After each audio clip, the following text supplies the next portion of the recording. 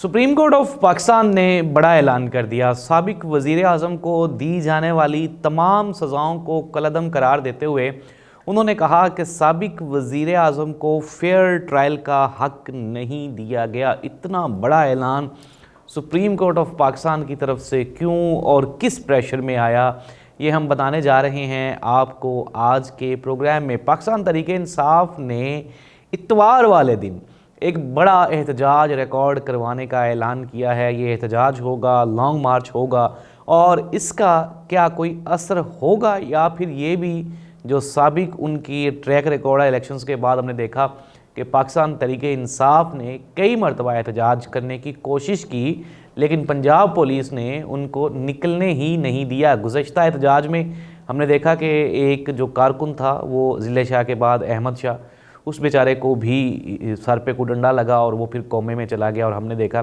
कि general hospital में वो किस तरह से बेचारा वो कसम पुरसी की जो उसके हालात थे वो चलते रहे। सबसे पहले हम बात करते हैं अदालत सुप्रीम कोर्ट ऑफ पाकिस्तान ने जो साबिक वज़ीर आज़म जुल्फ़िकार अली भुट्टो साहब को दी जाने वाली फांसी है उसको गैर कानूनी गैर आइनी करार दे दिया। नाज़रीन, एक चीज़ तो वेरी अंडरस्टूड है, इसमें तो कोई दो राय है ही नहीं कि पाकिस्तान एक ऐसा मुल्क है या फिर आप ये कह लें ये बर्रे सगीर पाको हिंद एक ऐसा ख़ित्ता है जहाँ पे साबिक बादशाहों को हटाने के लिए उनको मार दिया जाता था। फिर गोरा आ गया, गोरे ने यहाँ पे आकर डेमोक्रेसी इंट्रोड्यूस करवाई, जमहूरियत जिसे हम कहते हैं कि शायद हो सकता है ये लोग कोई बेहतर तरीके से अपने बादशाहों को चेंज कर सकें। लेकिन चूँकि हमारा रवैया ही वही है कि हम जो साबिक बादशाह होता है हम उसको या तो ज़िंदान में जेल में डाल के कैद में डाल के या फिर उसको सज़ाए मौत दे के ही उसको कुर्सी से हटाते हैं। तो जुल्फ़िकार अली भुट्टो साहब के बारे में ये अप्रोक्सीमेटली पूरी दुनिया जानती है कि उनको दिया जाने वाला फेयर ट्रायल नहीं था। लेकिन सुप्रीम कोर्ट ऑफ पाकिस्तान को ये ज़रूरत क्यों पेश आई कि एक इतना पुराना ट्रायल जिसको वो कर रहे हैं। अभी हमने रिसेंटली एक और भी ट्रायल देखा कि मियां मोहम्मद नवाज शरीफ साहब को, चलें शुक्र है कि उनको तो उनकी ज़िंदगी में ही इंसाफ मिल गया, लेकिन सवालिया निशान ये है कि वो जजेस जो इस तरह के फ़ैसले करते हैं उनको कहाँ से डिक्टेशन आती है। सुप्रीम कोर्ट ऑफ पाकिस्तान ने ये नहीं बताया पूरे के पूरी केस में या फैसले में कि इस इतने बड़े ये जो जुडिशल मर्डर था इसका ज़िम्मेदार कौन था। आपने उसका नाम तो बताना था ना कि भाई किसके प्रेशर पे, किसके कहने पे जुल्फ़िकार अली भुट्टो साहब को उनको फेयर ट्रायल के लिए उनको सहूलियात फैसिलिटीज़ प्रोवाइड नहीं की गई, ये तो नहीं बताया गया, जस्ट इतना कहा गया जी कि उनको फेयर ट्रायल प्रोवाइड नहीं किया गया।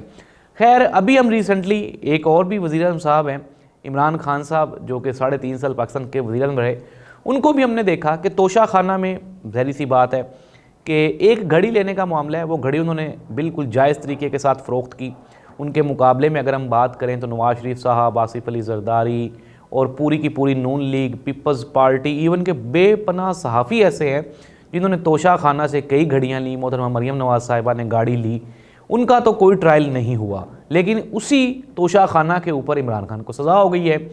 सेकेंडली, नंबर 2, फिर हमने देखा कि इद्दत निकाह का मामला था जिसको कि ये तमाम मकतबा फ़िक्र के उलमाए कराम और जितने भी कानूनदान थे साबिक, वो इस बात पे मुत्तफ़िक थे कि ये एक निजी सा मामला होता है मर्द और औरत के दरमियान, ये इद्दत का मामला, तो इसके ऊपर भी इमरान खान साहब को सज़ा सुना दी गई। फिर तीसरा साइफ़र वाला इशू था जिसके बारे में हमने ये 2 साल हम सुनते रहे कि साइफ़र वाइफ़र है ही नहीं, इमरान खान साहब झूठ बोल रहे थे, और फिर उसी साइफ़र को बेस बना के इमरान खान साहब को सज़ा दे दी गई। अब कुछ लोग ये भी कहते हैं कि इमरान खान के ऊपर प्रेशर बढ़ाने के लिए उन्होंने एक और भी केस तैयार करने की शुरुआत कर दी गई हैं, और वो है आई थिंक सो ये जो इमरान खान साहब ने IMF को ख़त लिखा है उसको बेस बना के भी हो सकता है इमरान खान को 30-40 साल और भी सज़ा दे दी जाए। लेकिन जाहिर सी बात है ये हमारा अदालती निज़ाम का मजाक बनाने के मुतरादिफ हैं ये सारी चीज़ें, और हम लोग देख रहे हैं कि किस तरह से ये सारा प्रोसेस, ये सारा जो तमाशा है, बंदर तमाशा, ये हमारी आंखों के सामने खेला जाता है। तो नाज़रीन, वज़ीर आज़म जुल्फ़िकार अली भुट्टो साहब को मरने के बाद आज 50 साल के बाद उनको बिलाखिर इंसाफ मिल गया। मियां मोहम्मद नवाज शरीफ साहब को भी 4 साल की जिला वतनी, फिर उसके बाद सज़ाएँ, और फिर उनको भी चलें को 10 साल के बाद उनको भी इंसाफ मिल गया। और हम ये उम्मीद करते हैं कि चूँकि ये टाइम पीरियड कम हो रहा है तो हो सकता है इमरान खान साहब को निस्बतन कम अरसे में कोई उनका इंसाफ उनको मिल जाए, क्योंकि अभी इमरान खान साहब के केसेस जाने हैं, हाई कोर्ट में लगे हुए हैं, फिर सुप्रीम कोर्ट में जाएंगे, तो ये चीज़ें हैं। नाज़रीन, इलेक्शन कमीशन ऑफ पाकिस्तान ने कल फॉर्म 45 अपलोड तो कर दिए, लेकिन वो उनके गले का फंदा बन गए।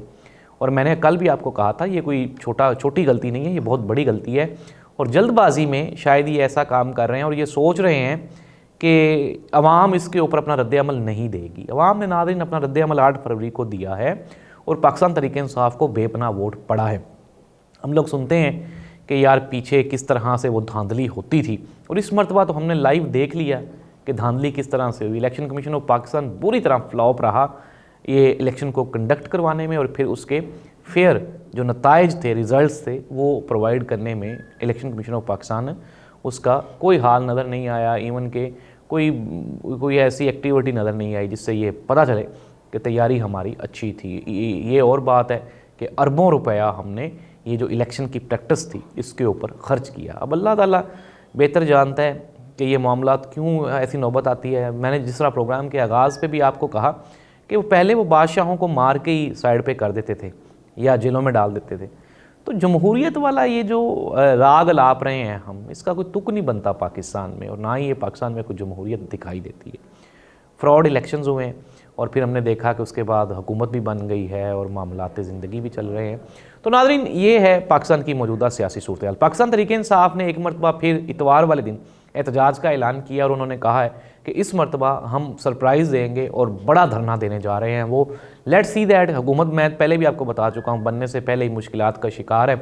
मियाँ मोहम्मद शहबाज शरीफ साहब की चीफ ऑफ आर्मी स्टाफ से मुलाकात हुई, बाहमी दो तरफ़ा तल्लुकात पे और बाहमी इंटरेस्ट पे और चीज़ों को लेके। अब मियाँ मोहम्मद शहबाज शरीफ साहब ज़ाहिर सी बात है क्वेटा गए, फिर उसके बाद पेशावर गए, गवादर गए थे गालबन।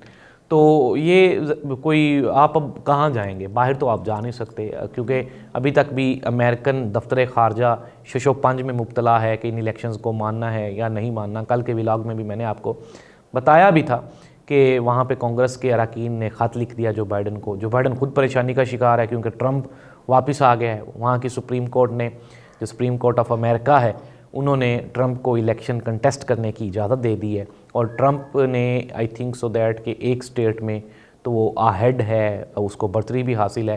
और यही कहा जा रहा है कि जो बाइडन से वहाँ की अमेरिकन जो लोग हैं वो खुश नहीं हैं, उनकी पॉलिसीज़ से खुश नहीं हैं। तो वहाँ पे ज़ाहिर सी बात है पाकिस्तानी और इंडियन वोट भी बड़ा मैटर करता है। जो वहाँ के सिटीज़न हैं, जो कि वहाँ के शहरी हैं, तो वो ज़ाहिर सी बात है वो भी ट्रंप को जाएगा, क्योंकि ये एक कंसेप्ट है कि ट्रंप और इमरान खान दोनों के हालात या रिलेशंस बेहतर हैं।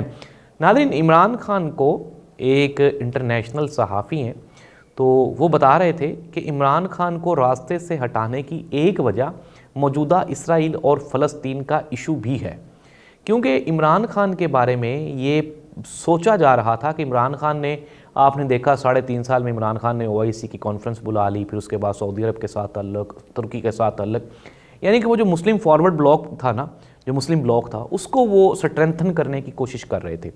और इसराइल को ये लगता था कि इमरान खान ही वो शख्स है जो उनको पूरी दुनिया में ये जो आज कल फ़लस्तीन में वहाँ पे इशू हो रहा है उसके ऊपर इमरान खान ही वो वाहिद लीडर है जो उनको टफ़ टाइम देगा।